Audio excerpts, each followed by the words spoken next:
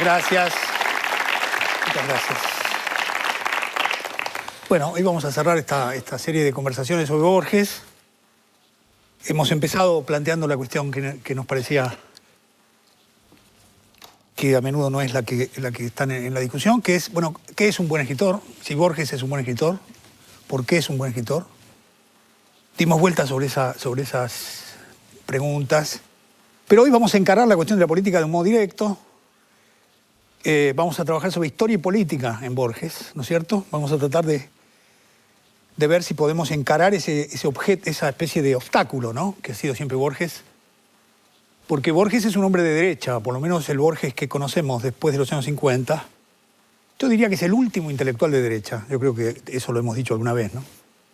Es decir, el único que dice las cosas que la derecha no se anima a decir, ¿no? Por eso lo citan tanto. Porque él dice, bueno, sí, las cosas que dice, que son muchas veces irritantes, también tienen que ver con su manera de encarar una posición ética, ser capaz de estar en posiciones, digamos, no populares en el sentido más inmediato. Yo siempre recuerdo una vez, lo llamaron por teléfono, como decíamos, siempre, como estaba muy solo, siempre en general si era interesante aceptaba. Entonces era un homenaje a Dostoyevsky, que organizaba un instituto ruso-argentino, una cosa así, y entonces él fue, y era como una mesa redonda, y creo que estaba el embajador ruso. Y cuando llegó el momento de hablar, dijo, mira, como a mí Dostoyevsky no me gusta, voy a hablar de Dante. Y pum, dio una conferencia sobre Dante, ¿no? A mí siempre me pareció una lección eso. Él habla de lo que quiere él. Eso siempre hizo eso, ¿no? A cualquier lugar que lo llamaban, él decía lo que le parecía a él que tenía que decir. Lo mismo con las preguntas, ¿no? Le hacían preguntas y uno le decía, por ejemplo, Borges, ¿usted qué opina de, no sé, de la industria del cemento? Pongámosle que a alguien se le ocurra preguntarle eso porque hay una crisis. Ya Stevenson decía, él y empezaba a hablar de Stevenson inmediatamente. De modo que ahí hay una ética de la palabra propia. Ninguna palabra es propia, pero sí hay una ética del momento de la enunciación, ¿no es verdad? Eso me parece que tiene mucho que ver con el modo en que él se distingue, digamos, de los otros intelectuales de derecha que son invisibles, ¿no? Porque siempre dicen una cosa distinta a lo que piensan. Por ejemplo, en 1960 dijo, nuestro país está en decadencia de la ley Peña, que es una idea que está en el aire en la Argentina de hoy. Lo que pasa es que nadie se anima a anunciarla, ¿no es cierto? Entonces dice, no, está en decadencia, cada uno tiene una teoría de la decadencia distinta. Pero él dice, efectivamente, dice él, es la ley Peña la que impidió que el Partido Conservador mantuviese una preeminencia política en la medida que el Partido Conservador expresaba a los sectores más concentrados de la economía y acá no hay un Partido Conservador que pueda ganar elecciones. Entonces ahí está todo el dilema, ¿no? También me acuerdo, para poner también una historia, ¿no? Juntamente con esta capacidad de decir ese tipo de cosas, también tenía, a diferencia de mucha gente que abunda actualmente en el campo político, cultural, era un hombre muy sobrio, ¿no es cierto? Muy austero. Entonces, Vargas Llosa lo fue a visitar una vez, a mitad de los años 80, ¿no es cierto? Ustedes pueden leer esto que les voy a contar en la entrevista que le hicieron a Vargas Llosa en Paris Review, en la revista Paris Review, que creo que está traducida. Es una entrevista a Vargas Llosa donde él, entre otras cosas, cuenta lo que le pasó con Borges y lo cuenta un poco, no diría preocupado, porque no creo que se preocupe Vargas Llosa, pero sí un poco inquieto, yo diría, ¿no? Lo fue a ver y yo ya les dije que con Borges uno inmediatamente se sentía cómodo y muchos amigos han metido la pata por eso, porque se sienten cómodos. Y entonces Vargas Llosa estaba hablando con él y le dijo, Borges, pero ¿cómo puede ser que usted viva en este departamento? Porque Borges efectivamente vivía en un departamento muy modesto, que algunos de nosotros conocemos, un departamento de 3 ambientes, donde había goteras. Entonces había una palangana y caía la gota. Y Borges estaba más tranquilo, tenía una piecita ahí, ¿no? Entonces Borges se levantó y le dijo, bueno, que le vaya muy bien, nosotros dice, los caballeros argentinos no hacemos alarde, le dijo. Entonces Vargas Llosa lo cuenta, ¿no? Y al día siguiente Borges decía, vino un peruano que debe trabajar en una inmobiliaria, porque quería que yo me mudara, dice. Entonces es un hombre de derecha, pero tiene un estilo. Entonces tenemos que respetarlo, ¿no? Porque no está mal que una persona diga lo que piensa, aunque no nos guste nada lo que dice, ¿no? Por otro lado, si nosotros miramos la cultura contemporánea y la literatura contemporánea, les voy a decir que nos vamos a llevar más de un problema, porque los mejores escritores del siglo XX eran todos medio parecidos a Borges, ¿no? Pound era uno, Céline, no les digo lo que era, Faulkner, no les quiero decir, Gombrowicz. Podríamos seguir haciendo la lista. Todos los escritores más interesantes tenían posiciones que eran, uno podía entenderlas como posiciones aristocráticas anticapitalistas, ¿no es cierto? No eran liberales, digamos, ¿no es cierto? Lo que pasa es que en la Argentina, bueno, Sarmiento, ¿no? Es un problema Sarmiento. Las posiciones políticas de Sarmiento. ¿Qué hacemos con eso? Sarmiento es el mejor escritor argentino, es mejor que Borges, Sarmiento, en el sentido de que nosotros decíamos, Borges escribe 10 páginas y no va más allá de 10 páginas y tiene un estilo absolutamente extraordinario. En cambio, Sarmiento se ponía a escribir y era extraordinario lo que hacía espontáneamente. Nunca hubo un escritor igual a él, ¿no es cierto? Nunca hubo el dueño de la lengua era Sarmiento, ¿no es verdad? Entonces, el Facundo es un libro extraordinario. Ahora, que sobre ese libro se construyó el Estado argentino, es cierto. Pero ¿qué vamos a decir del libro? ¿Que no nos gusta porque no nos gustan las ideas de Sarmiento? Me parece que nos quedaría poca literatura para leer, ¿no? Con esto quiero decir que una cosa son los debates electorales, una cosa son las contradicciones que se dan en el mundo político, y otra cosa es cuáles son las contradicciones políticas que se dan en el campo de la cultura, y debemos respetar esa distinción. Entonces, en el caso de Borges tenemos que ver cómo actúan esas ideas en su ficción y en sus textos, porque sus opiniones valen porque las expresa muy bien, pero no valen más que la opinión de cualquier otro, ¿no es cierto? Eso también tiene que ver con que la cultura argentina es una cultura de izquierda, digamos. La cultura argentina, no quisiera generalizar demasiado, pero me da la sensación que la cultura argentina tiene un peso, la izquierda tiene un peso que no es el peso que tiene electoralmente la izquierda. Entonces cuesta mucho ser de derecha en la Argentina. ¿Cuál es el modelo de la cultura de izquierda en la Argentina? Mafalda. ¿Vieron la chica de Quino? Yo creo que ese es el modelo de lo que es, digamos, el pensamiento más o menos progresista en la Argentina. Una chica que está contra la guerra, que está por la paz, que no quiere tomar la sopa, una serie de cosas. Entonces quiero decir que Borges es un inconveniente y al mismo tiempo es una posibilidad de discutir verdaderamente esta cuestión de qué modo vamos a ver las relaciones entre política y literatura, que cuando decimos política y literatura estamos diciendo posición del escritor en su texto. Lo llamamos política porque la política es una estrategia, una táctica. Usamos esa metáfora. Pero ustedes no se van a acordar nunca quién era el ministro del Interior en la época de Art. O quién era Vítolo mientras Borges estaba escribiendo, qué sé yo. No, ¿no es cierto? Hay una relación entre lo que es el mundo político y lo que es el desarrollo de la cultura que no tiene equivalencia, ¿no es cierto? No podemos. En el presente sí parece que es muy importante. Por lo tanto, tenemos que darle a eso, no una autonomía, porque no se trata de eso. Hay una política propia ahí. Pero debemos saber cómo la vamos a discutir, porque si no, sería fácil preguntarle a la gente qué piensa políticamente y entonces me gustan los textos de él si está de acuerdo conmigo y no me gusta si no está de acuerdo conmigo, que es bastante lo que pasa. Por otro lado, el otro problema que propone Borges es que hasta 1933 pensaba de otra manera, era irigoyenista. En el poema Fundación Mítica de Buenos Aires dice: el Corralón seguro ya opinaba Irigoyen. El Corralón es el conurbano del momento. El Corralón, era eso, el Corralón es donde nacieron los tangos, estaban los prostíbulos, llegaban el ganado que llegaba y llegaban también los carreros, ¿no? Era la zona de la periferia de la ciudad. El Corralón seguro ya opinaba Irigoyen, es decir, estaba ahí Irigoyen. Siempre el Corralón opinó seguro y hubo problemas con eso. Entonces, en un momento Borges pensó que eso estaba muy bien y tuvo una posición muy firme, firmó declaraciones a favor de Irigoyen, participó en un comité de intelectuales jóvenes en defensa de Irigoyen. En 1931 publicó un texto que se llama Nuestras imposibilidades, en Sur, que es un texto muy interesante porque es como una versión microscópica de toda la problemática del ser nacional, ¿no? Es como que anticipa Radiografía de la Pampa.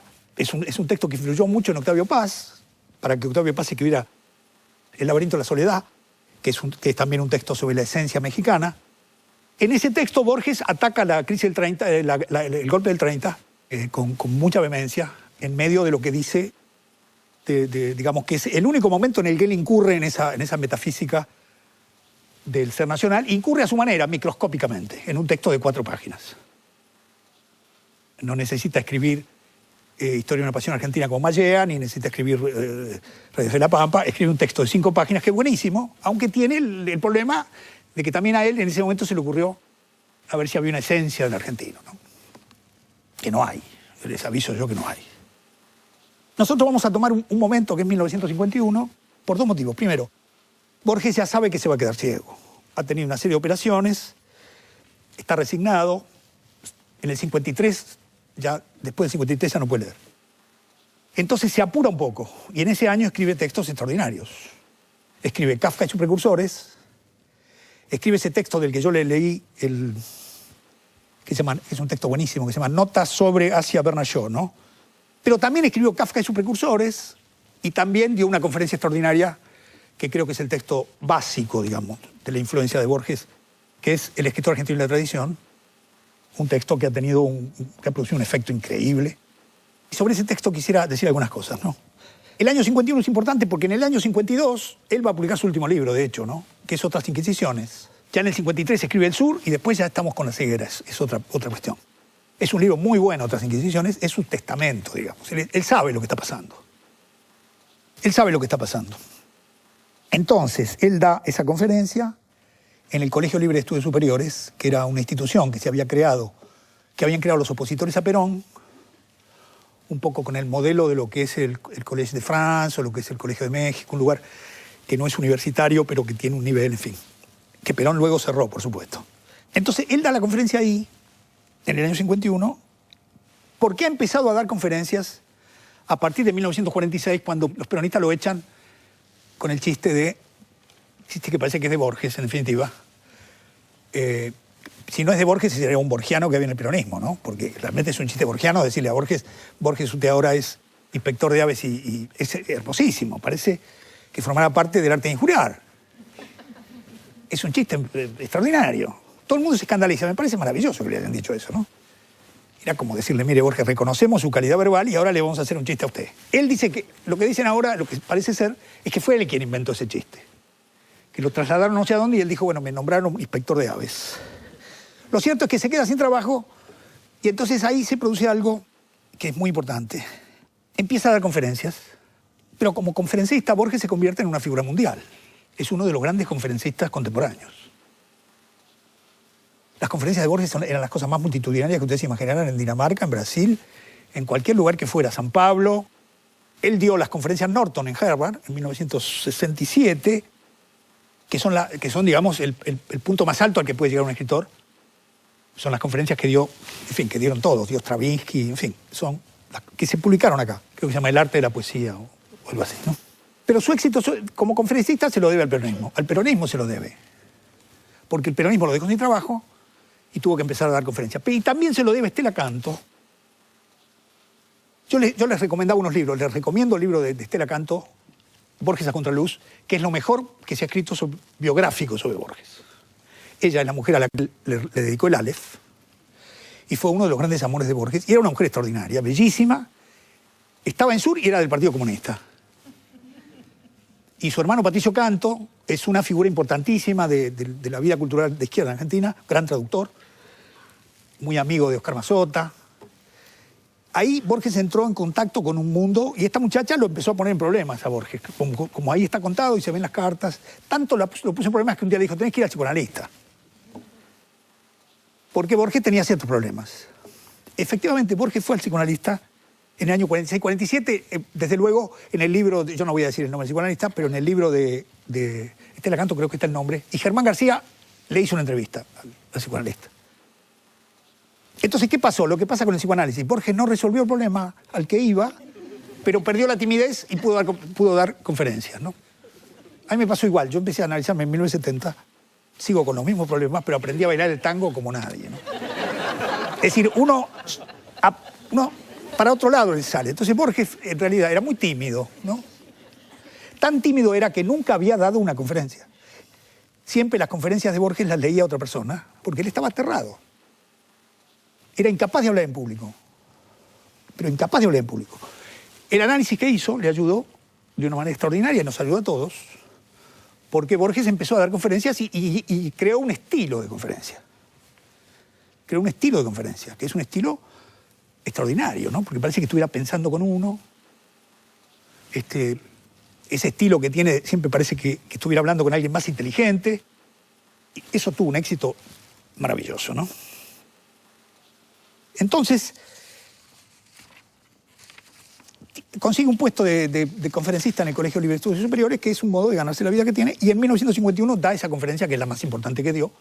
Es una conferencia que él escribe, hay ya un trabajo de Daniel Balderston muy interesante, sobre los cuadernos donde él escribió varias versiones de la conferencia, pero después la improvisó, que es muy interesante eso.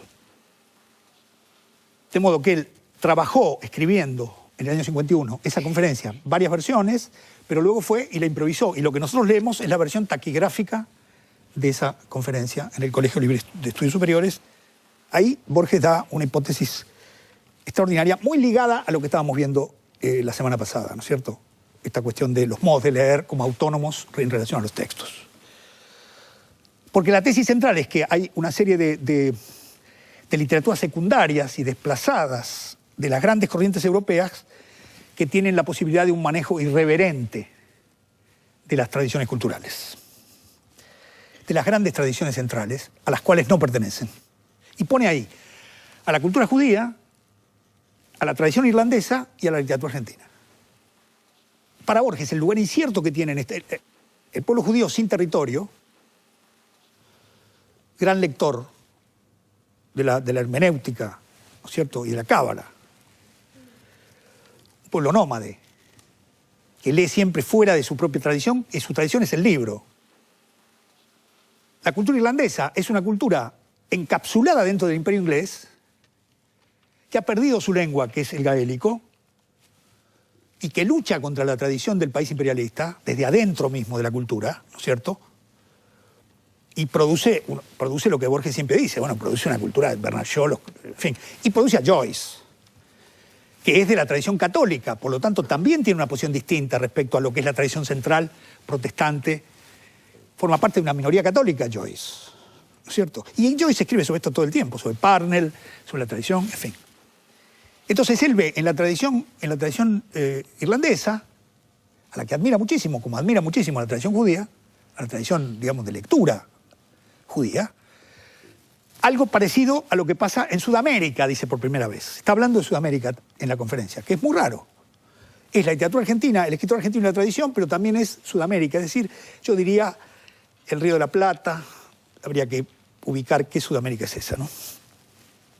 En definitiva, lo que Borges dice es que la tradición nacional es un modo de usar la cultura extranjera. La tradición nacional es un modo de usar la cultura extranjera, no es un contenido. Es un modo de leer. En el mismo sentido en que había dicho antes, en el texto que yo les dije, que si había un modo de leer que él podía saber de cómo iba a ser en el futuro, él podía saber cómo era la literatura en el futuro, porque es el modo de leer el que constituye lo que luego sería un contenido. Por lo tanto, libera a la discusión sobre lo nacional de cualquier cuestión de contenido.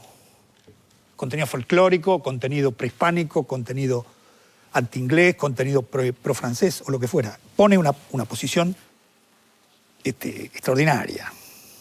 ¿Por qué? Porque siempre le leemos fuera de lugar. Siempre lo que nos viene está descolocado, no está en la tradición que debe ser. Leemos todo, bueno, Sarmiento es un ejemplo de eso, ¿no? El Facundo es un libro escrito con toda la biblioteca y no se parece a ningún libro que se haya escrito en esa época. Como Borges se escribe con todos los libros y díganme algo parecido a lo que hace Borges acá. Es un uso de la cultura que está ligado a todo lo que está pasando en la cultura sincrónicamente en ese momento, y el objeto que se produce es un objeto completamente nuevo y novedoso que está hecho de todo eso, pero que es nuevo y distinto. Enciclopedias, atlas, el Oriente y el Occidente, siglos, dinastías, símbolos, cosmos y cosmogonías brindan los muros, pero inútilmente.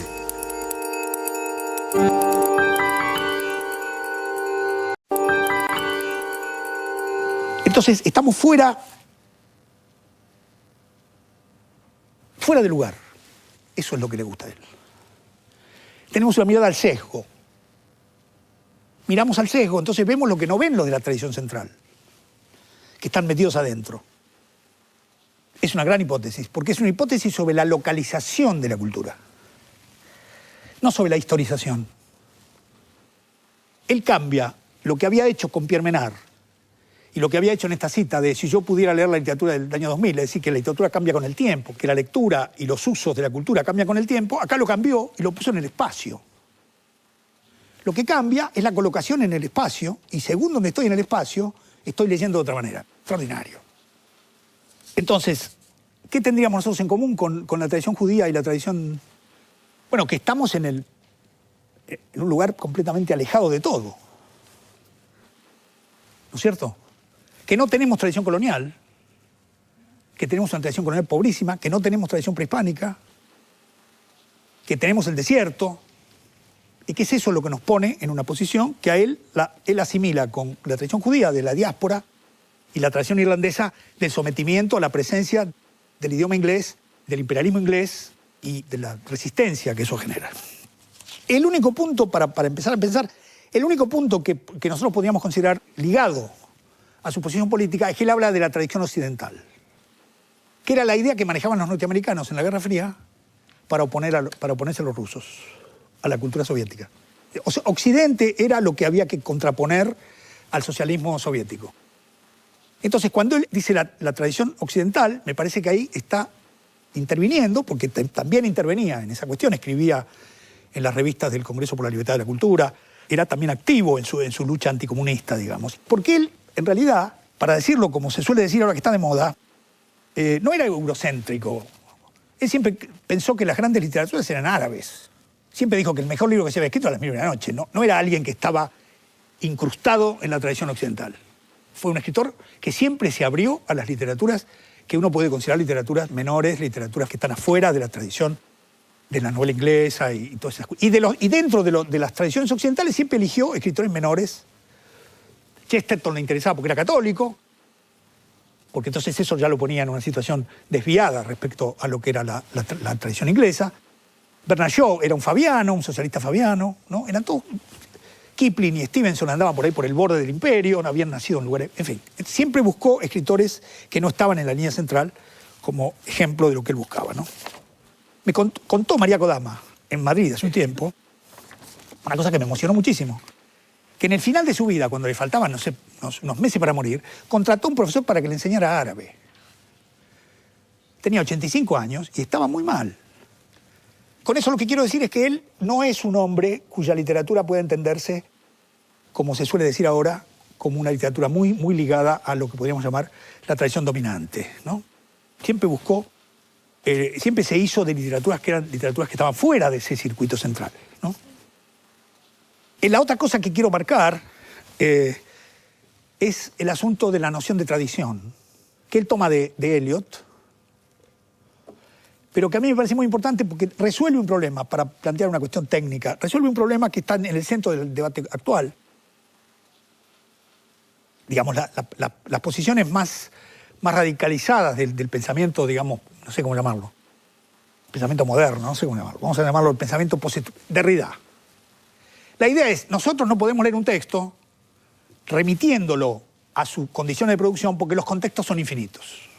Es decir, nunca vamos a poder terminar de armar un contexto, porque siempre hay otra cosa que se podría agregar. Por lo tanto, ahí aparece la idea del texto que es leído en su propia interioridad y empieza entonces toda una cuestión que pone en crisis toda la idea de representación y empieza todo un problema. En cambio, la idea de tradición es la idea de un contexto cerrado. Cerrado de una manera arbitraria, incluso la invención de las tradiciones, si ustedes quieren. Pero Borges está viendo la tradición como el contexto es lo que nosotros podemos considerar que acompaña a un texto y permite entenderlo. ¿No es cierto? Entonces uno puede abrir eso de una manera. Uno puede leer Pedro Páramo y pensar en la historia de los ferrocarriles, puede pensar en la historia de la guerra civil en México y después puede empezar a pensar. Pero la tradición es una manera de enmarcarlo, ¿no? Es una manera de enmarcarlo y por eso me parece que Borges habla de tradición ahí, ¿no?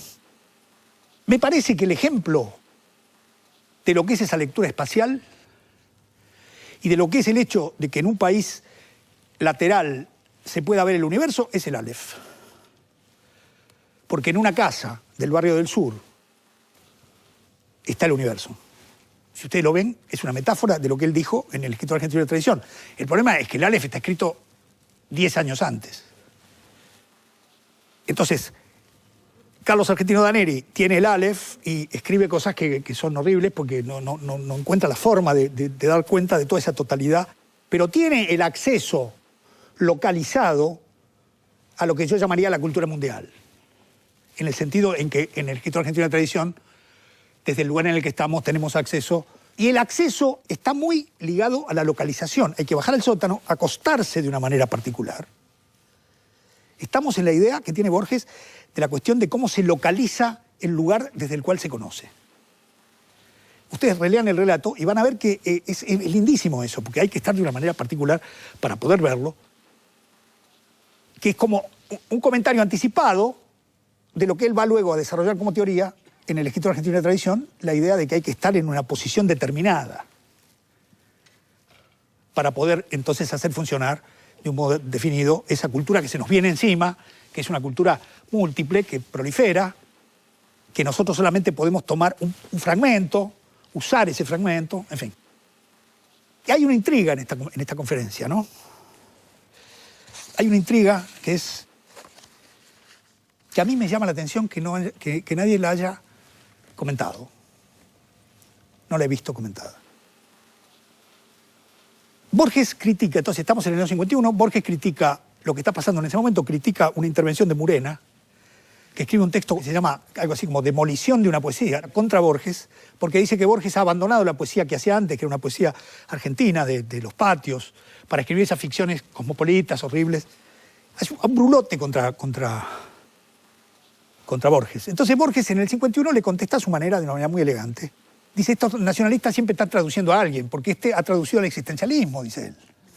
¿Qué clase de nacionalista es que me ataca a mí traduciendo? Dice, con su empaque oscuro, este señor no lo nombra. Hay uno que dice que con su empaque oscuro, porque ¿qué había pasado? Sartre había publicado en el 48 un ensayo, que es uno de los primeros ensayos de Tan Modern, que se llama La nacionalización de la literatura.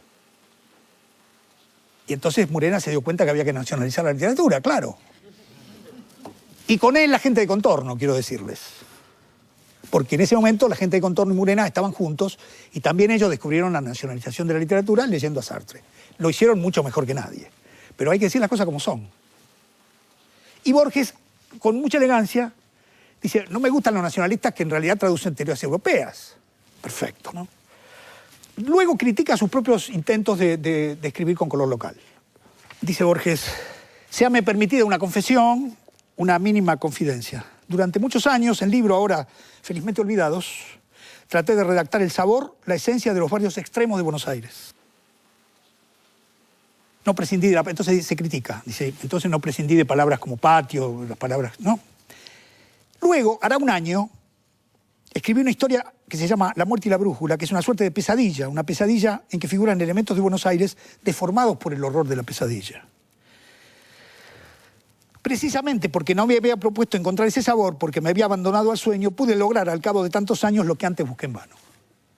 La primera vez que hablé de Buenos Aires, dice él, es cuando inventé un Buenos Aires, como es el Buenos Aires de la muerte y la brújula, que es un Buenos Aires onírico, es un Buenos Aires, como ustedes saben. Está Tristele-Roa, que es la quinta de la droga que está en el sur, en fin. Pero lo que es notable acá es que dice, hará un año, y La muerte y la brújula es de 1942. Entonces, si lo hubiera escrito en 1950, sería lógico que él dijera hace un año. Acá hay un problema con la cronología, es un lapsus deliberado. Yo lo llamo un lapsus deliberado. Porque el ensayo, él lo publica en 1953, en la revista Cursos y Conferencias, la revista del Colegio Libre, y ahí aparece hará un año. Luego lo vuelve a publicar en Sur, en el año 55, en enero del 55, y vuelve a poner hará un año. Y luego incluye el texto en la reedición de 1957 del libro Discusión, y vuelve a poner hará un año. O sea, que es tan deliberado como... Porque Borges era, bueno, muy astuto. Nunca iba a decir, yo acá estoy enunciando en dos lugares a la vez. Nunca lo iba a decir eso. Iba a esperar que alguien, que no era yo, porque seguramente, ya digo, alguien lo debe haber visto alguna vez. Lo que pasa es que yo estoy hablando con ustedes de Borges, entonces traigo esta cuestión. Por lo tanto, la conferencia debe ser leída como una conferencia anunciada en 1943. No, parece una especie de espiritismo de la literatura, pero no es un espiritismo de la literatura. él mismo está pensando en 1943 como el lugar de debate. ¿Por qué está pensando en 1943? Mientras está hablando en 1951. Porque por un lado, él al incluirlo en discusión, le está poniendo el espacio dentro del cual la discusión está planteada. Porque Discusión es un libro nacionalista, digamos. Entonces lo pone ahí como discutiendo con los artículos, como los artículos que escribió en ese momento, y lo pone ahí, no lo pone en Otras Inquisiciones, que va a publicar en el año 52. Era muy astuto Borges. ¿Qué es lo que pasa? El año 43 es un año clave para él. Es el año en el que escribe el poema Conjetural, para empezar, ¿no? Pero estamos en pleno nazismo. Entonces Borges, en una declaración en la SADE de 1944, dice: me he dado cuenta que mi culto al coraje, a los héroes militares y a la tierra, la sangre y el linaje, que son la base de su nacionalismo, ¿no es cierto?, era lo mismo que estaban haciendo los nazis. Y fíjense lo que dice. Quiero añadir algunas palabras, dice en el final del artículo, sobre un problema que el nazismo propone al escritor. Mentalmente, el nazismo no es otra cosa que la exacerbación de un prejuicio del que adolecen todos los hombres. La certidumbre de la superioridad de su patria, de su idioma, de su religión, de su sangre. Dilatado por la retórica, escribe muy bien porque de paso se ha dicho, ¿no? Dilatado por la retórica, agravado por el fervor o disimulado por la ironía, esa convicción candorosa es uno de los temas tradicionales de la literatura. No hay, sin embargo, que olvidar que una secta perversa ha contaminado esas antiguas e inocentes ternuras y que frecuentarlas ahora es consentir o proponer una complicidad. Carezco de toda vocación de heroísmo, de toda facultad política, pero desde 1939 he procurado no escribir una línea que permita esa confusión. Mi vida de hombre es una imperdonable serie de mezquindades. Yo quiero que mi vida de escritor sea un poco más digna, ¿no? Entonces dice, si yo sigo en esa línea del nacionalismo, estoy haciendo lo que los nazis están llevando adelante de una manera... Era 1943, un año terrible, ¿no? Porque Hitler estaba dominando toda Europa en un momento... Bueno. Entonces, el efecto es escribir La última brújula, que es un texto sobre el antisemitismo. Como dice Borges, cita ahí a Ernest Palace, que es Ernesto Palacios, uno de los nacionalistas, que dice que se queja de un programa porque vieron que mataron a 3 personas en 3 meses. Dice, este programa tan frugal que necesitó 3 meses para matar 3 judíos. Se queja en el texto el nacionalista Ernest Palace, ¿no? Diciendo, pero ¿esto qué clase de programa es que necesitamos 3 meses para matar 3 judíos? Después está lleno de datos sobre el nacionalismo de la época. Habla del caudillo barcelonés, que es Barceló, ¿no es cierto? Y después es un texto sobre la tradición judía, ¿no? En principio es un texto sobre la tradición judía, digamos, y entonces ahí hay otra sorpresa que para mí también es una cosa increíble que Borges haya sido capaz de hacer eso. Resulta que en el relato están las 3 tradiciones de las que él va a hablar en El escritor argentino de tradición 10 años después. Está, en principio, la cultura judía es el centro de la historia, porque es una serie de crímenes que tienen que ver con una idea del nombre de Dios. Está totalmente explícita la idea de que Yarmolinsky, el primero que muere, es un judío, y por lo tanto la tradición judía está muy presente, e incluso Lönnrot sigue esa línea. Pero también está la tradición irlandesa, porque hay un personaje que se llama Finnegans, que tiene un bar en la Rue Toulon, ¿no es cierto?, donde se construye el crimen ficticio, digamos. Entonces, la tradición irlandesa arma esa especie de juego donde hacen aparecer que hay un tercer muerto, cuando en realidad es alguien disfrazado, que, como yo les decía, iban por las serpentinas muertas del alba, ¿no? Ahí es donde están las serpentinas muertas del alba. Y luego la tradición argentina es la del segundo crimen, porque Acevedo es el que inicia la malvada serie, digamos. Acevedo, por error, mata a Yarmolinsky, porque está tratando de robar unos rubíes, y aparece este hombre que en realidad es un rabino, es un intelectual judío, y él lo mata con el impulso argentino, como dice Borges, de dejarse llevar en principio por la acción, ¿no? Lo matan en lo que sería el tercer crimen, el segundo crimen. Esto sí se los voy a leer. El primer crimen es el de Yarmolinsky, el crimen del judío, y el segundo crimen es el crimen argentino, digamos, la tradición judía, la tradición argentina, la tradición irlandesa. El muerto ya había sido identificado. Era Simón Acevedo. Yo les dije lo que dice Borges del apellido Acevedo de su madre, ¿no? Dicen, eran de una ignorancia inconcebible. Todos los personajes bárbaros se llaman Acevedo. Acevedo Bandeira, el Acevedo este, ¿no es cierto? A todos les pone Acevedo de nombre. Era Manuel Simón Acevedo, hombre de alguna fama en los antiguos arrabales del norte, parece que estuviéramos hablando de los cuentos de cuchilleros, que había ascendido de carrero a guapo electoral para degenerar después en ladrón y hasta en delator. El singular estilo de su muerte les pareció adecuado. Acevedo era el último representante de una generación de bandidos que sabía el manejo del puñal, pero no el del revólver, ¿no? Entonces, uno ve en el texto, que es un texto muy ligado a qué quiere decir entender una situación, que aparecen las líneas, estas tres líneas, que él considera las líneas a partir de las cuales se puede entender una tradición, ¿no es cierto? Está la línea de la tradición judía, donde Scarlatti es también judío, digamos, en realidad el que construye toda la situación, el que digamos, construye esa suerte de laberinto malvado para atrapar ahí a Lönnrot, y Lönnrot va siguiendo todas estas interpretaciones y se pierde entre las tres interpretaciones, ¿no? Me parece muy extraordinario que Borges primero haya escrito un texto, trabajando las tres tradiciones, y 10 años después haya escrito un ensayo para explicar que esas tres tradiciones le parecen muy importantes, ¿no? Porque es así como es. La ficción primero piensa los problemas, porque la ficción es también conceptual, y luego, si Borges tiene interés o no, escribe un ensayo sobre la cuestión, ¿no? El hecho de que él haya dicho, entonces, hace un año, me parece que nos lleva, y con eso termino, nos lleva a la incertidumbre de las cronologías y de las periodizaciones que se hacen de una manera mecánica o siguiendo modelos que son externos a lo que se está analizando, ¿no es cierto?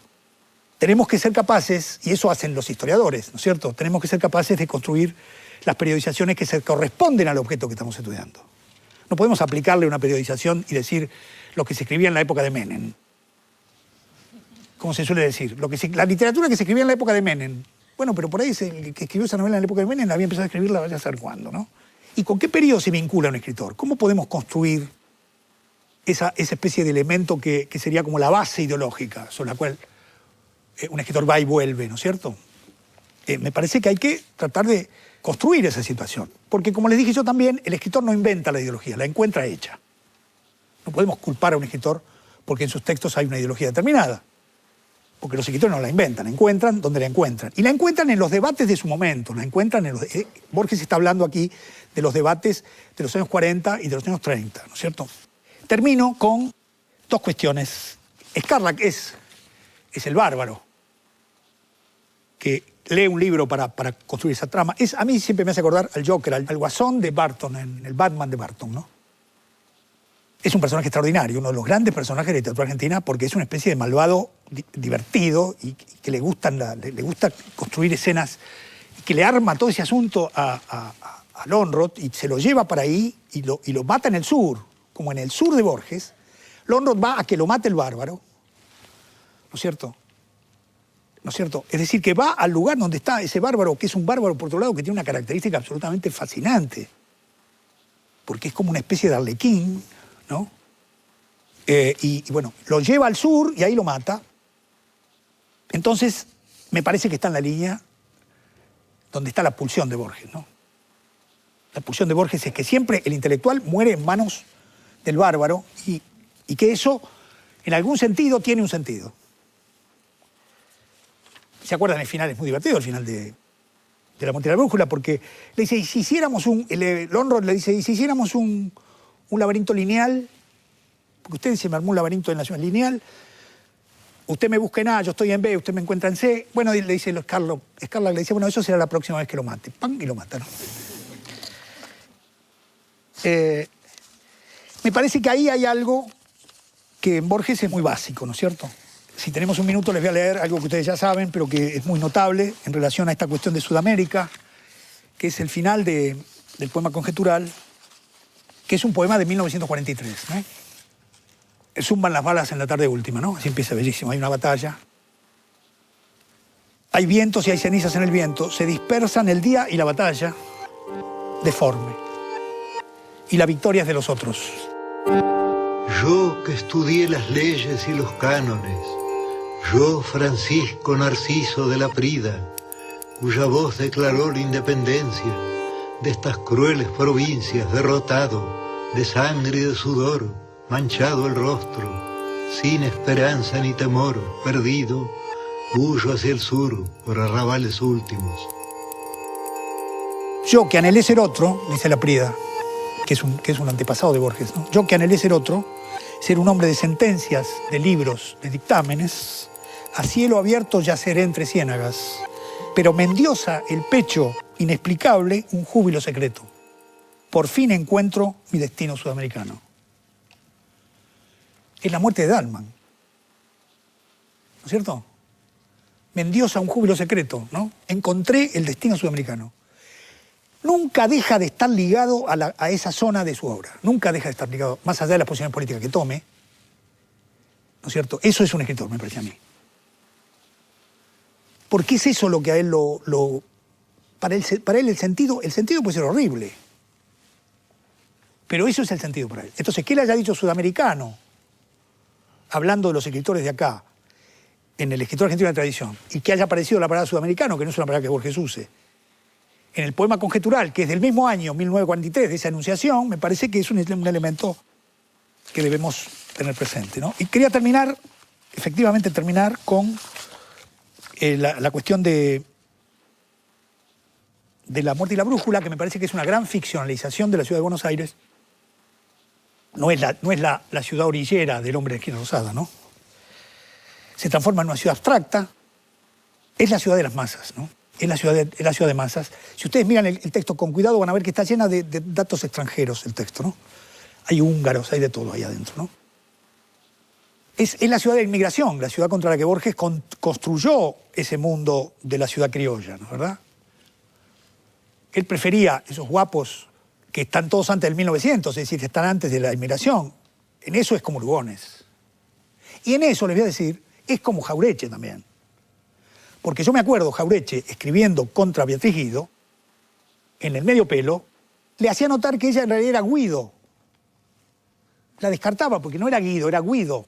Pese a que el padre de Beatriz Guido es un gran arquitecto que recuperó la tradición americana y que Jauretche tendría que haber tenido más respeto y no hacerse el estanciero de Entre Ríos, ¿no? Como Borges, ¿no es cierto? ¿Por qué tiene que decirle a una escritora que su apellido es italiano? Es lo que hace Borges todo el tiempo, pero claro, y lo que hacía Lugones. ¿Por qué? Porque los italianos y los españoles y los polacos eran la clase obrera nueva. Eso era lo que pasaba. Entonces Borges no pone nunca un relato más allá de 1900 porque no quiere contaminar. Cuando construye una ciudad irreal, paranoica, en la que está lleno de extranjeros el asunto, y me parece que eso es muy importante, ¿no? Nosotros encontramos una cosa que me pareció muy divertida, que es el modo en que Godard, empezamos eso en la primera reunión, ¿no? Que Godard en Alphaville cita a Borges, mejor dicho, usa a Borges sin citarlo, y veíamos a Alphaville como algo que está muy ligado con la historia de la eternidad, pero también está ligado con La muerte y la brújula, porque es una ciudad definida por el norte y el sur, y es una ciudad que vive en el presente, que no tiene ni pasado ni futuro, que son las ciudades de Mármol, de Sarmiento y de Borges. La ciudad del presente es un horror. La ciudad futura, dice Sarmiento, la ciudad futura será extraordinaria. Cuando Buenos Aires por fin se saque de encima Rosas, ahí tendremos una ciudad, porque la ciudad ahora está invadida por la barbarie. Y Borges dice, la ciudad de ahora, del presente, de 1940, de 1950, es una ciudad terrible, pero en el pasado estaba la ciudad criolla, donde no estaban los inmigrantes, donde los hombres eran un poco pesados, pero eran muy argentinos y hablaban como Funes sin el silbido italiano, ¿no? Entonces me parece que Alphaville, que construye una ciudad en el presente puro, tiene un eco de La muerte y la brújula, ¿no? Bueno, muchas gracias entonces. Muchas gracias.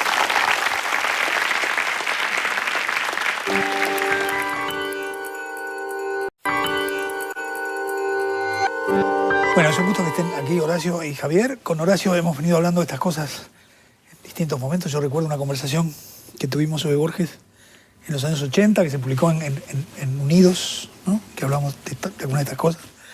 Y desde luego los libros de Horacio han conversado sobre estos asuntos. Yo me acordaba recién de Restos Pampeanos, ¿no es cierto? Donde también está esta cuestión del espacio. Y en el caso de Javier, al que todos conocemos porque lo hemos visto varias veces en sus programas de historia, ¿no? Aquí en el canal y en otros canales. Ha colaborado, ha estado muy cerca en la preparación de estos programas. Nos ha ayudado muchísimo a desentrañar algunas cuestiones históricas. Así que va a ser un gusto conversar. A mí me parece que hay una cuestión ahí que es lateral a lo que estamos viendo, porque el problema es qué quiere decir leer mal, ¿no? Y qué productividad tiene leer mal. Yo creo que en Borges eso es un tema importante. Cuando él dice, yo ponía ese ejemplo, cuando él dice voy a leer la filosofía como literatura fantástica, está leyendo mal la filosofía. Pero eso produce tlón. Y cuando Ryan investiga la construcción ficcional que han hecho para que el traidor se convierta en héroe, se encuentra con que es Shakespeare, ¿no? Con que no han tenido tiempo de inventar esa historia. O sea, siempre hay un problema de interpretación, mala en el sentido moral, yo diría, ¿no? Sí, yo ahí agregaría, perdón, sí. Javier, que lo más importante que ocurre no está narrado, pero se avisa que no está narrado. Por ejemplo, el tema del traidor y el héroe, y otras, ahora no los recuerdo, está la frase faltan pormenores y faltan ajustes. Sí, claro. Y, digamos, lo que falta, que sería lo más importante, o sea, el proceso de la investigación, no solo no está narrado, sino que se anuncia que falta. Quizás esa falta, para hablar un poco como los psicoanalistas contemporáneos. Yo ahí, con el tema de las periodizaciones, ¿no? Quizás arriesgando un poco, porque se me acaba de ocurrir, pero si en la Argentina hay una década que está marcada por un nombre contundente, es la década del 30, Sí. y es la década infame, y lo notable es que el libro que le pone nombre a la década infame, si no me equivoco, de José Luis Torre, es de 1945. Y Borges había escrito La historia universal de la infamia, ¿no? Esos cuentos que había publicado anteriormente en Crítica, en el año 35. Por lo tanto, quizás en contra de su propio deseo, le terminó poniendo el nombre a una década muy buena. como infame. Y ahí me interesaba algo de una lectura que me había llegado a través de tus seminarios, yo no los cursaba, pero me llegaban, la bibliografía, de Saer. Cuando Saer dice esto de, para Borges, en verdad, toda historia es de la infamia. La historia siempre es infamante, ¿no? Es cierto.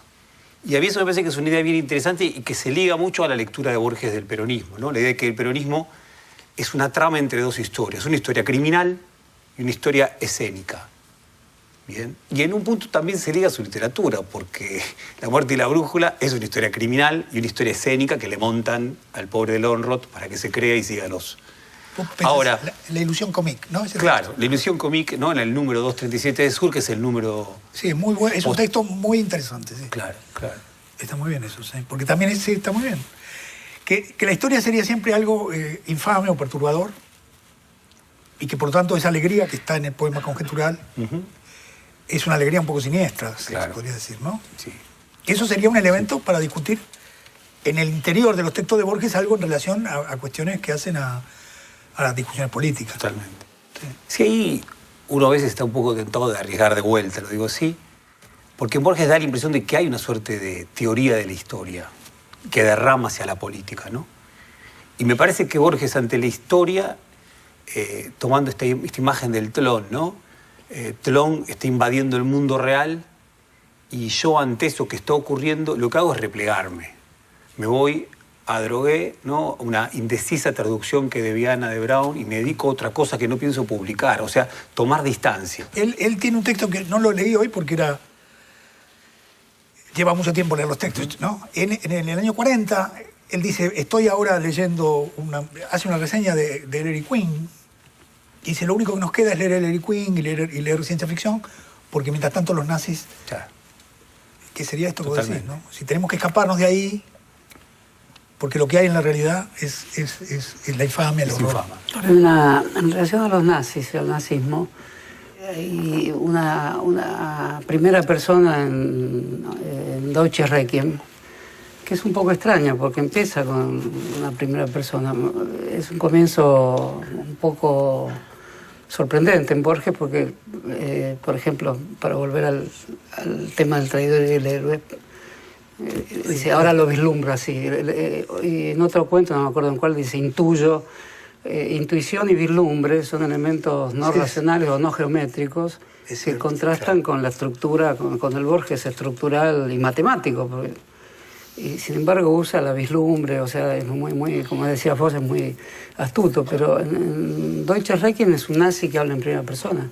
Eso es muy fuerte. Y en el prólogo, en el epílogo, si recuerdo bien, dice: escribo esto para demostrar a los nacionalistas que no entendieron el nazismo. Y entenderlo en Deutsche Requiem significa escuchar la voz de un nazi que había leído a Schopenhauer y a Nietzsche, y que dice: yo solo comprendo lo terrible de esta situación. Ahí también es una persona que se siente en dos, porque si maté al judío David Jerusalén, el mayor poeta judío de la época, es porque era una zona detestada de mi propia alma. Y ahí tenemos la misma idea de una escisión o de, para hablar en forma maoísta, es de uno.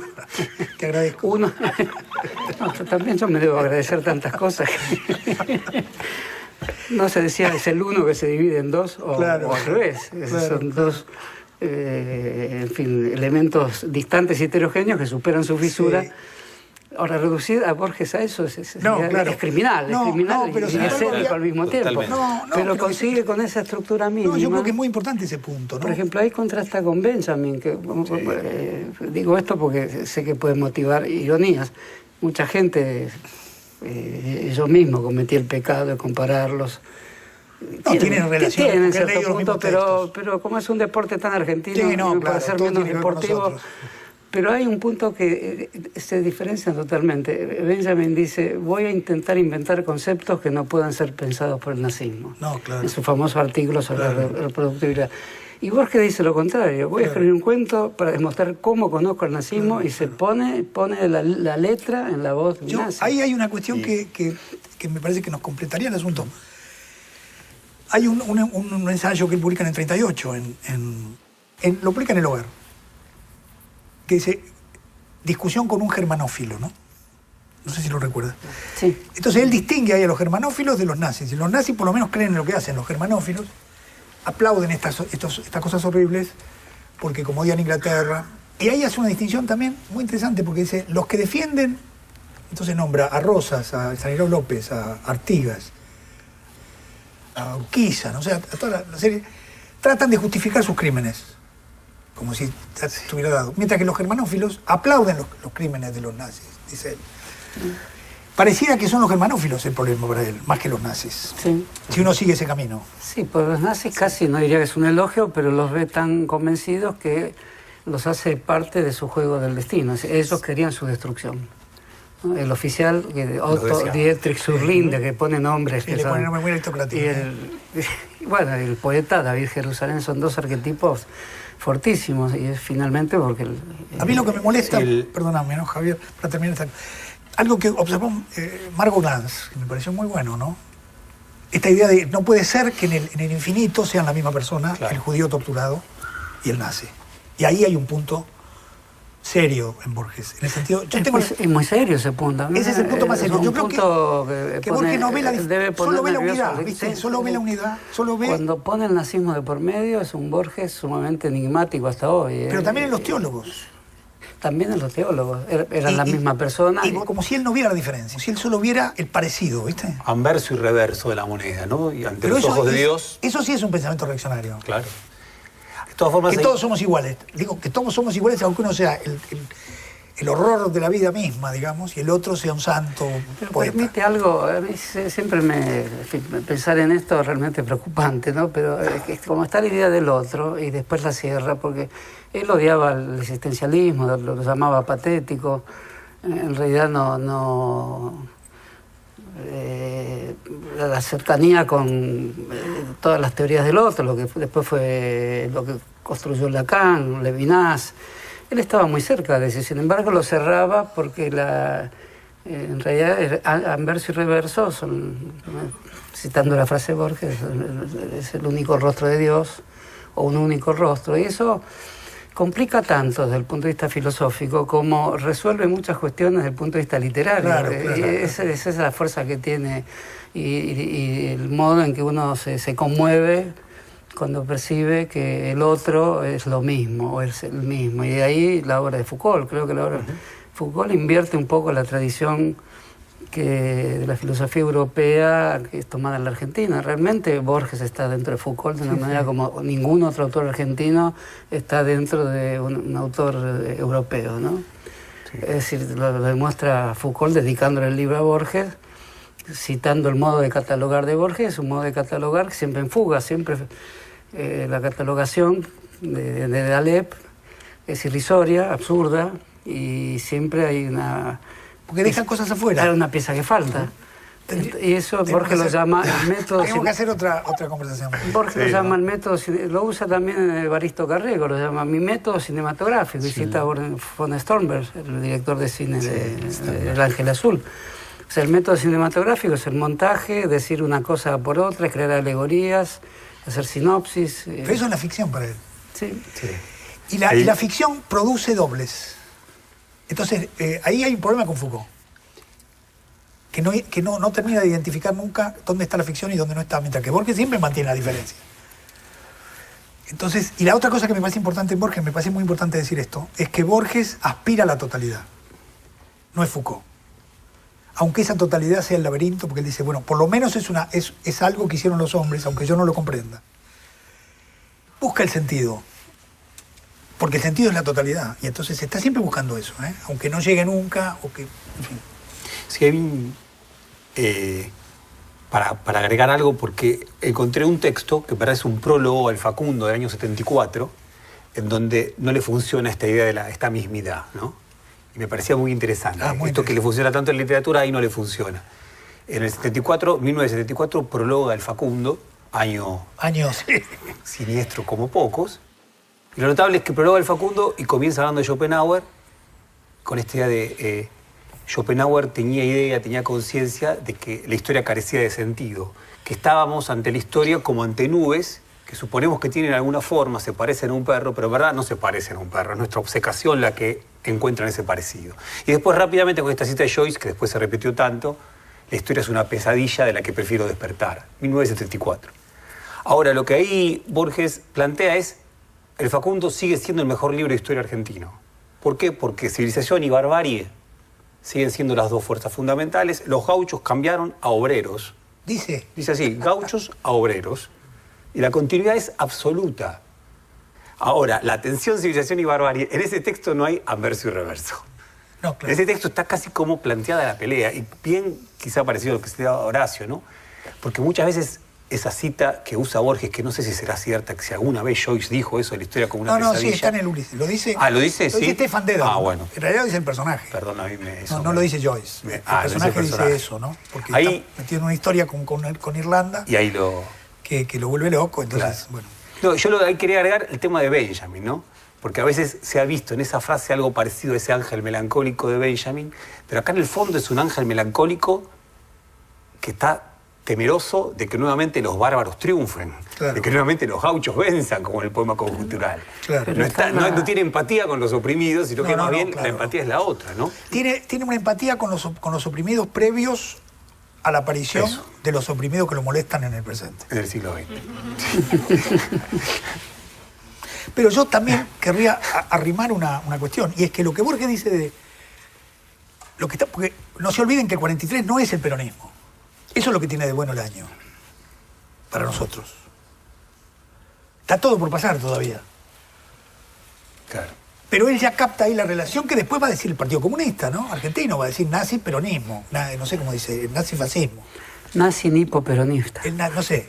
O sea, la idea de que el peronismo es nazi, y la idea que aparece en las esvásticas cada vez que las elecciones no van bien, porque Hitler ganó las elecciones. Ese es el gran argumento del pensamiento que quiere el voto calificado. Hitler no ganó porque ganó las elecciones, porque creó un poder militar paralelo que mataba a la gente, pero de una manera indiscriminada, y hubo unas elecciones y las ganó, y después siguió matando a la gente, y eso es lo que hizo. Decir que en realidad Hitler subió con las elecciones y que por lo tanto también puede aparecer un Hitler, es una manera que tiene el liberalismo de oponerse al corralón. A mí me parece que si tomamos la cuestión de la barbarie, la conocida frase seducción de la barbarie funciona muy bien en Borges, porque el informe Brody y la historia del guerrero y la cautividad son... en una, el comienzo es el bárbaro fascinado por la civilización, que es una gran escena, el guerrero ve los mármoles. Pero el orden, viste que a mí lo que me gusta de ese texto es que es el orden, la ciudad como orden, el hecho de que hay un sentido. Y de mármol, ¿no? de que hay un sentido Claro. en ese orden. Bueno, Eso- y el retorno a la civilización sería el orden, es decir, sería esa estructura. Y el retorno a la barbarie en el mismo cuento es de la inglesa, que para demostrar que Para no va a nosotros volver, es una heroína para nosotros. la bebe inglesa. la sangre de un carnero degollado. Y el Pero va retorno- porque hay poligamia, ¿no? Sí, por eso. Sí, sí, sí. No nos olvidemos de la poligamia. Y Bueno, del pero capitanejo, ¿no? Pero, sí, Entonces pero está la no sexualidad cambia. ahí. Sí, claro. En la barbarie. Pues, y lo mismo en el informe Brody. En el informe Brody está todo el mundo invertido y todos los valores de la barbarie tienen un significado más pleno y más erótico. Yo creo que es eso lo que la hay en los civilización. seducen, claro. El Entonces, deseo, ¿no? Sí. Digamos, si es el autor de la época del peronismo, pues se podría decir que es el mejor comentarista o quien mejor toma los elementos que caracterizan las herencias o legados del peronismo. Una es evidente, la idea de destino, que en Perón se obtiene de los textos militares muy antiguos, de Genofonte incluso. La Ciropedia de Genofonte, que es el destino del jefe, Perón lo hace pasar por todos los manuales de conducción política que leyó, que son muchos. Y esa idea del destino es laica también en Perón. Claro. Y además de ser laica, es más lineal. Y tiene una ventaja, él se la atribuye a él mismo. En Borges es circular, me parece, y no se la atribuye a él mismo. Y es una condena, ¿no? Sí, es como una condena y es el momento de la muerte donde surge más espléndido el momento total de la sabiduría. Pero son dos ideas de destino que compiten en la misma época. Podríamos decir que esas décadas anteriores, de los 40 en adelante, que están en juego dos ideas de destino Sí.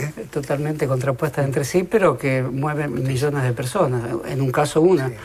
Y esta otra perdura hasta hoy de la manera vivaz en que estamos tratando de conversarla, ¿no? Sí. Pero muy interesante esa observación textual sobre el prólogo al Facundo, ¿no? ¿Verdad? Que habría que ver incluso si no hay distintos prólogos en distintos momentos, ¿no? Y yo sumaría algo más respecto a esto de la seducción de la barbarie, porque en un texto con la liberación de París, ¿no? El 23 de agosto del 44, que sale en Sur primeramente, lo que ahí dice Borges, muy ligado a lo que planteabas vos, Ricardo, hace un ratito, evidentemente para nosotros hay un orden. Y Ese hay- orden es Roma y es Occidente. Claro. Y dice, Hay una se ha multitud- vuelto riesgoso seguir jugando a la barbarie enérgica. A la barbarie. Enérgica. Ya no se puede jugar al vikingo, ya no se puede jugar al piel roja, ni se puede jugar al gaucho. Sí, es una imposibilidad, algo así, mental y moral. Se habla a sí mismo, ¿no? También. Sí, se está hablando de sí mismo, que aparte va a seguir jugando. Ese es el otro asunto, Va claro. a seguir jugando y en parte ese prólogo del Facundo sigue siendo el juego. Es Ahí te funcional. agregaría de ese texto que me parece impresionante, es algo sobre las multitudes. Dice, es solo bajo estas condiciones que puedo aceptar el peso Sí, de las sí, sí, multitudes. porque el problema son las masas, Y que ¿no? ponga una Es fecha, innoble, porque claro. que ponga una fecha es bastante enigmático, porque pone fechas en todos lados. Y cuando la historia o es circular o es un flujo que no tiene parámetros, digamos. Sin embargo, hay un hoy, hay como una clavija que... ese artículo tiene una fecha. 23 de agosto. El tema del héroe, que lo tengo más fresco, pero lo leí hace poco, dice, hoy que escribo, 1944, y el pasaje de la novela... ¿Dice eso del tema de leer? Sí, sí, Ah, sí, no me lo acuerdo pone de una eso. fecha. Y después cuando pone 1826 dice, digamos 1826, podría ser. porque ahí vislumbra, es un elemento misterioso, porque usa la intuición, un escritor tan anti-intuitivo. Y cuando dice que de la epopeya se pasa a la novela, dice, ¿de cuándo se produce ese pasaje de dos entidades tan abstractas como la epopeya y la novela? Y un día de marzo de 1293, donde tal escribió tal cosa. Tal Una cosa. frase no de Boccaccio, no me acuerdo quién, sobre las traiciones, justamente. Entonces, una fecha da la impresión que quiebra un poco el juego del destino y de la historia infinita y de la historia de la eternidad. Es decir, una fecha del calendario como en Lévi-Strauss, perdón, pero existen muchos autores franceses. No. Bueno, corta Pero la puede citarlo eternidad más. con una fecha, con lo más trivial que hay, que es una fecha. El libro de Galasso Claro que sí. tiene cosas que están muy interesantes Sí, sí. y creo que Galasso lo que intenta es encontrar cuándo Borges dejó de pertenecer a un proto-panteón nacional y popular. Para mí ahí hay una hipótesis que no estoy tan de acuerdo, pero sí cuando Borges rompe sus vínculos que eran más fuertes con Mansi y pasa a tener vínculos más contundentes con Bioy Casares y Victorio Ocampo. Claro. ¿no?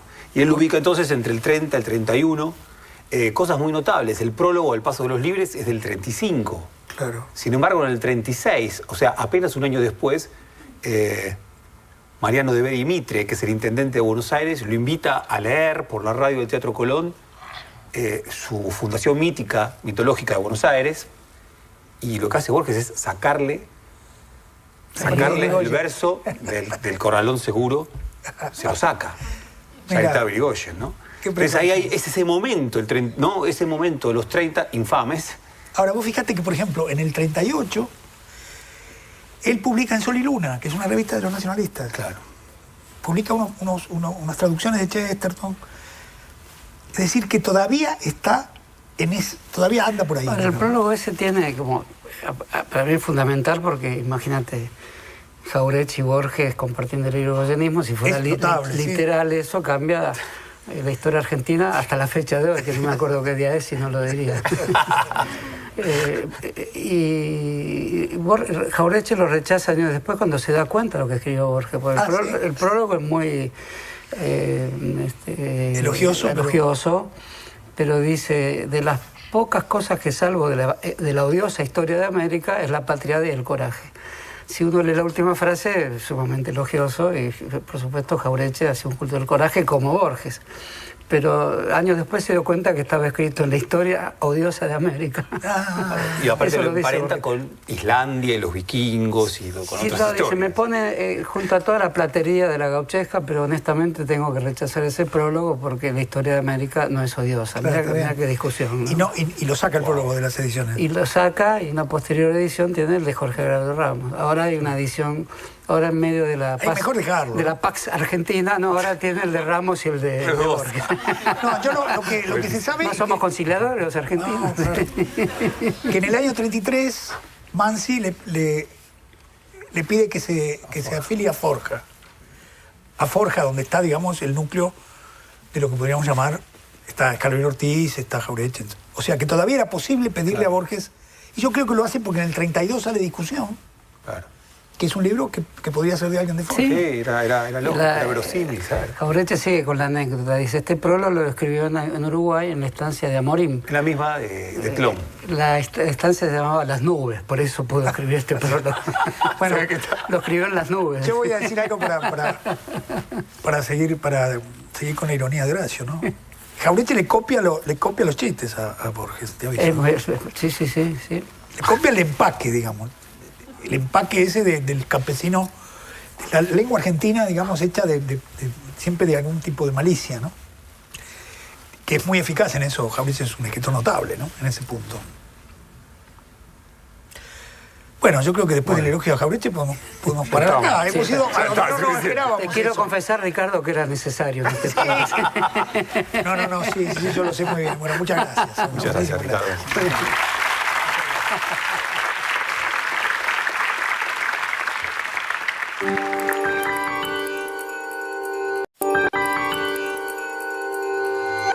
Bueno, no va a ser un cierre porque en realidad me parece que lo que dejamos son cuestiones abiertas, ¿no es cierto?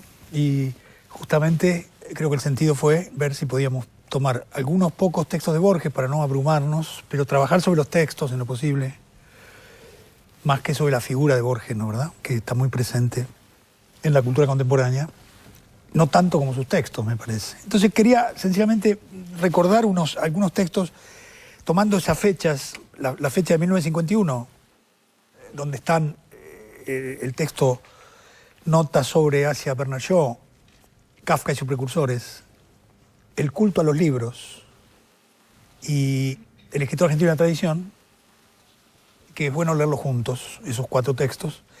Y luego, yendo al comienzo mismo, en el momento en que Borges empieza a prepararse como escritor de ficciones, en 1931 escribe 3 textos extraordinarios de poética, que también les recomiendo. Uno es El arte narrativo y la magia, donde ahí plantea la hipótesis fuerte que va a dar lugar al fantástico luego, que es que la literatura no debe reproducir los modos de causalidad que están en la realidad porque son confusos, porque son arbitrarios, sino que la literatura debe construir relaciones de motivación y relaciones de causalidad entre los hechos que obedezcan un orden y que ese orden es el que se debe respetar en la ficción. Con lo cual está creando una distinción básica respecto a lo que podríamos llamar la poética del realismo y una poética que luego él llamará lo fantástico, que es una poética del orden y de la construcción de la trama. En eso se parece mucho a Hitchcock.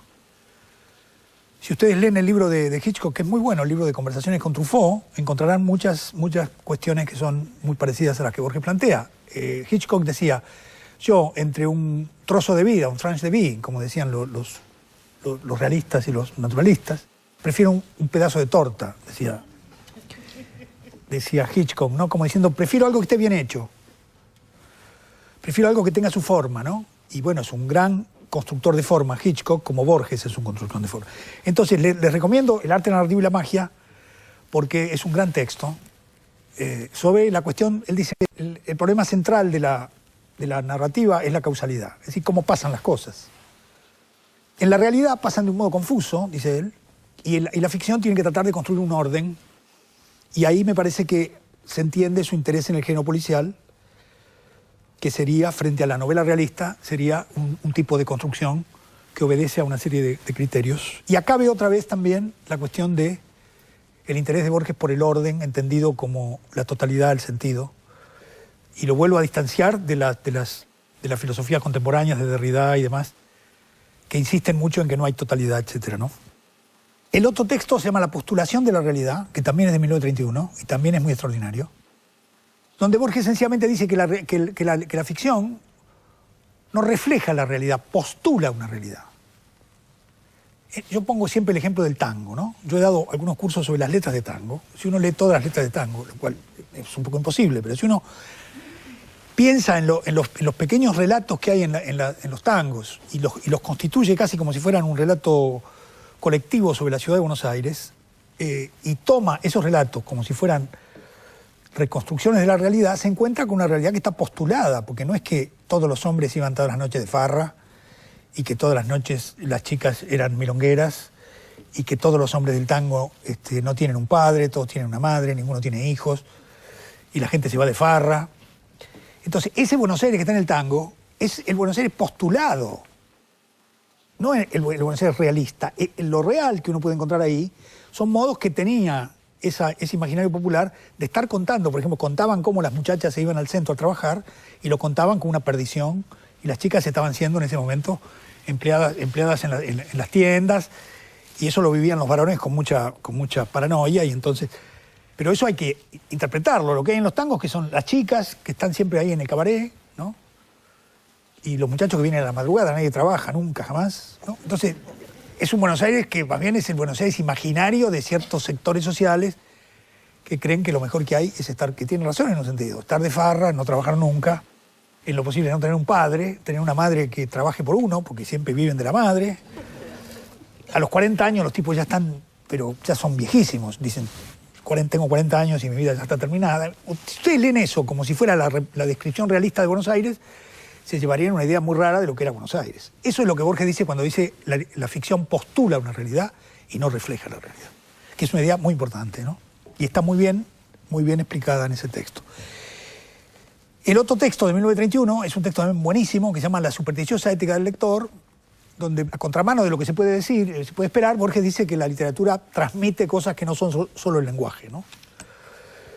Y que por lo tanto a él no le interesan los lectores de soniditos, y que por tanto no es el estilo lo único que vale en la literatura, sino algo que va más allá. Y tiene un final que yo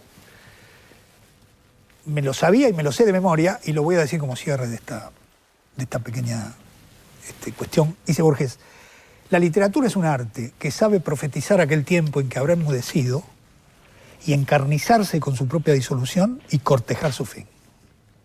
Bueno, muy bien, entonces terminamos aquí. Muchísimas gracias. Ha sido un gusto estar con ustedes. Muchas gracias.